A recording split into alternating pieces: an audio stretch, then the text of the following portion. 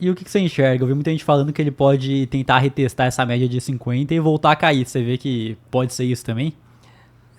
Pode ser. Que se Pode ser, for, sim. que se for bear market de fato é o que aconteceu no ciclo anterior, né? Sim. Retestou a média de Ele 50 até ali. subiu um pouquinho da média, ó. Ele até passou um pouquinho dela, mas pode ser sim, a gente não tá tão distante dela. E ele tá bem lateralizado agora. Mas eu acho que quando virar o ano, a gente, de 10 de janeiro pra frente, a gente volta a ficar mais direcional. Porque agora o volume cai muito no final do ano. Sim, não é onde vai decidir nada agora. Não, nesse final de ano. agora dificilmente. Nesse final de ano vai ter um evento lá, se eu não me engano, dia 28 ou 30, vai ter um evento importante de Bitcoin, que foi a última vez que teve esse evento, o Vitalik, ele falou que o Bitcoin e Ethereum não iam passar de 2027 ou 2028, que a computação quântica ia quebrar Bitcoin e Ethereum. Ele falou isso ou era 2028 ou era 2027, que ele falou. O prazo final do Bitcoin é esse, e do Ethereum.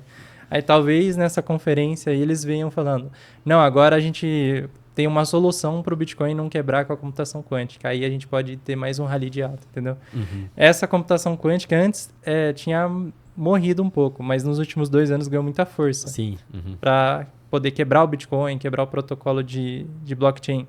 Mas provavelmente eles vão encontrar alguma solução, a comunidade vai encontrar uma solução para não quebrar. E você acha que pode ter um fork nisso daí? Vai ter o Pode Bitcoin. ser que tenha. Igual o Nossa. do Bitcoin Cash, né? Exato, quer que aumente o bloco, uma parte não quer. O que você faria se tivesse um fork? Você ia ficar nessa daí, não, vou manter os dois porque eu não sei qual vai dar certo. A história mostra que deu errado, né? Quem foi pro outro lado deu errado. Então, eu ficaria com um pouquinho do outro, sim. Mas só venderia, pra... então. Não. E aumentar a quantidade em BTC, que quem acertou aumentou a quantidade. Sim, quem errou foi pro aumentou, buraco, aumentou né? bastante.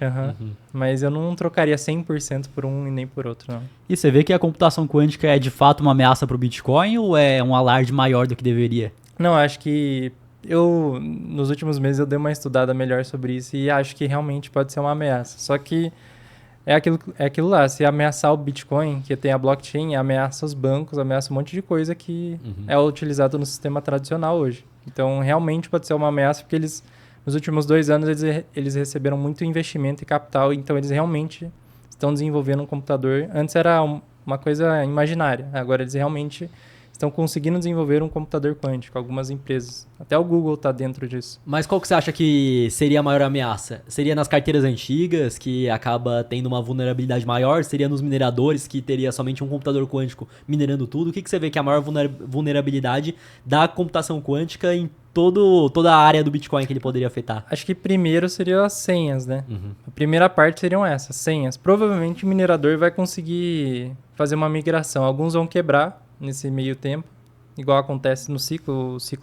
Muitos mineradores quebram no bear market. E os maiores continuam e ficam maiores. Provavelmente os maiores vão ter acesso a isso, porque eles têm dinheiro para isso.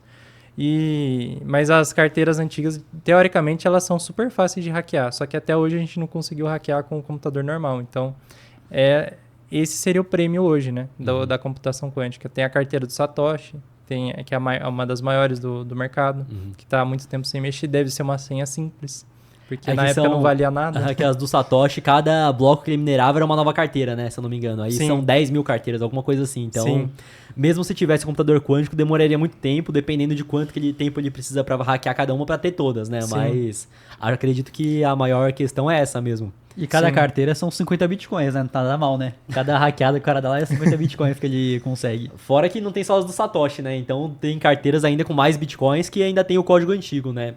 Tem carteiras de pessoas que não se preocupam muito com a senha, não. E tem aqueles bitcoins que foram perdidos, às vezes dá para recuperar, né? Dá para tentar quebrar a senha com computação quântica. Dá para recuperar, né? Mas não é você que vai recuperar a carteira, você. Né? É quem tem o computador quântico. Exato, E se eu não me engano, teve até o próprio e-mail do Satoshi falando sobre a computação quântica. Não, mas é só migrar depois. O problema é que todos os bitcoins dele não vão ser migrados, né? Então, você acredita que pode ter um fork onde tem, vamos dizer, uma rede do Bitcoin que tem as carteiras do Satoshi, onde, por exemplo, a computação quântica conseguiu acessar essas carteiras, e outro que essas carteiras foram congeladas e não estão mais na rede, não tem 21 milhões? Se acontecer isso aí da computação quântica, teoricamente, essa rede se acontecer um fork, né, a rede que é vulnerável, provavelmente não ia valer muita coisa, né? O Bitcoin não ia valer muita coisa, porque você pode ser hackeado a qualquer momento pela computação quântica. Então, Se acontecer esse fork, teoricamente o Bitcoin de computação quântica seria melhor, né? Mas essa era a ideia do Bitcoin Cash, né? Então. Que era mais eficiente, não sei. Mas é assim, a tendência da rede é de buscar um equilíbrio, né? Então, no início pode ser que dê um problema gigantesco. O Bitcoin tem uma correção de 90% ou mais. E depois que o mercado se estabiliza e tem computação quântica na blockchain do Bitcoin, a gente volta a ter valores crescentes no Bitcoin. Pode ser outra oportunidade de comprar Bitcoin barato. Que eu já ouvi se der um problema gigante assim. Que eu já ouvi as pessoas dizendo que as carteiras antigas têm uma vulnerabilidade quando ele recebia a recompensa do bloco, parte da chave pública era exposta. Sim. Chave privada, né? Parte da chave privada, por conta da chave pública dele de receber, era exposta. Sim. Aí essa vulnerabilidade que faria com que a computação quântica atacasse, diferente de uma carteira mais recente hoje que não tem essa possibilidade, né? Sim, o protocolo que emitia das transações que fazia emissão de carteiras era um pouco diferente de hoje. Então, os de hoje estão teoricamente mais seguros do que os lá do início do Bitcoin, que seria a carteira do Satoshi, né? Eu penso da seguinte forma, como que eu posso dizer? Tem essa possibilidade da computação quântica. Mas também não tem. Mas até onde nós estamos vendo, nem as carteiras antigas que são mais fáceis foram hackeadas. Até hoje não, né? Mas tem gente que já fala o contrário, não, que essas carteiras das baleias de muito tempo atrás, 2011, que foram movimentadas e vendidas, pode ser. Tem uma teoria que falam que o lançamento dos ETFs do ano passado foi para realização de lucro das baleias que tinham acesso a essas carteiras aí, ou que algumas que foram hackeadas. Eles usaram os ETFs para despejar e realizar lucro e aí converter em um dinheiro legalizado. Que pode fazer sentido mesmo, né? Porque não ia ter liquidez pra... Até que teria, né? Mas sem afetar o preço dessas carteiras com acho que não é nem mais preço, de 1 é bilhão. questão de um dinheiro que ele tem lá se tornar legalizado e mandar Faz sentido. pro sistema mesmo, né? Sim. E aí os ETFs precisam de Bitcoin, eles compram um pouquinho mais barato que dentro do mercado normal, né? Geralmente institucional compra via OTC, que é um pouquinho mais barato, mas essas baleias que tinham dinheiro ilegal poderiam fazer esse dinheiro virar legal através dos ETFs. Tem essa teoria nos bastidores do mercado.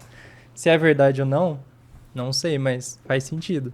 E para você que quer comprar criptomoedas ou investir no exterior, a parceira aqui do podcast é a Quantifury, corretora internacional 100% taxa zero, e fazendo seu primeiro investimento equivalente a $50, você ainda ganha uma recompensa em Bitcoin. É só escanear o QR Code que tá aqui na tela ou clicar no link da descrição.